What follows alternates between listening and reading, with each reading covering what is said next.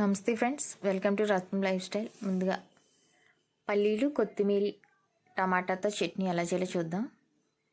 ఈ చట్నీ ఇడ్లీలోకి కానీ, దోశల్లోకి కానీ, మనకి తప్పాల్లోకి కానీ చాలా బాగుంటుంది టేస్ట్.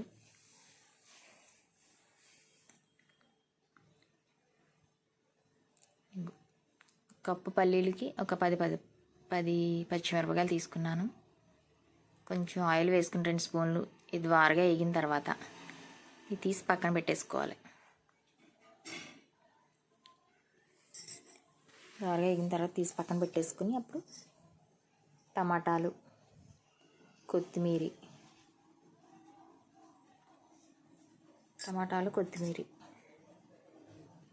శుభ్రంగా చిన్న ముక్కలు కింద కట్ చేసుకొని శుభ్రంగా 4-5 సార్లు కడిగేసుకొని శుభ్రంగా 4-5 సార్లు కడిగేసాను. మళ్ళీ కడుగుతున్నాను అన్నమాట. వేసి ముందుకు ఒకసారి కడిగేసుకుని దాంట్లో వేసుకుని బాగా వేయించుకుని టమాటాలు, కొత్తిమీర కూడా బాగా మగ్గేదాకా వేయించుకుని కొంచెం సాల్ట్, టేస్ట్ తగ్గ సాల్ట్ కూడా వేసుకుని దాంట్లోనే వేయించుకోవాలి.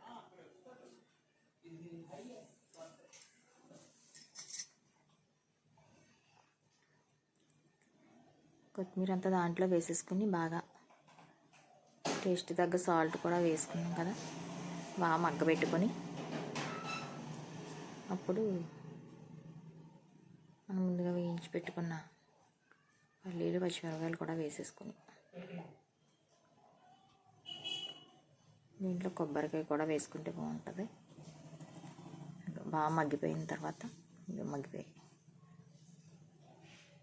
3 కలుపుకొని చల్లార్చుకుని మగ్గిపోయిన తర్వాత ఫ్యాన్ కింద పెట్టుకున్న 10 నిమిషాలు చల్లారిన తర్వాత మిక్సీ పట్టేసుకుని మనం కొత్తిమీర, టమాటా ముక్కలు, పల్లీలు, పచ్చిమిరపకాయలు ముందు వేయించుకో.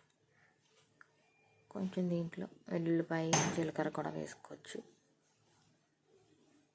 వేసేస్తా అంటారు గాజెగ్ అవి వేసేసుకుని మిక్సీ పట్టుకుని చట్నీ పోపు పెట్టుకుంటే చాలా బాగుంటుంది టేస్ట్.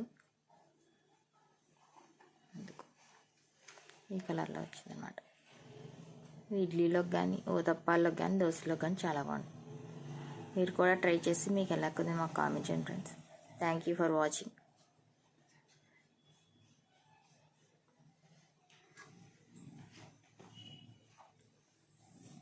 మా ఛానల్ సబ్స్క్రైబ్ చేయండి ఫ్రెండ్స్, సపోర్ట్ చేయండి.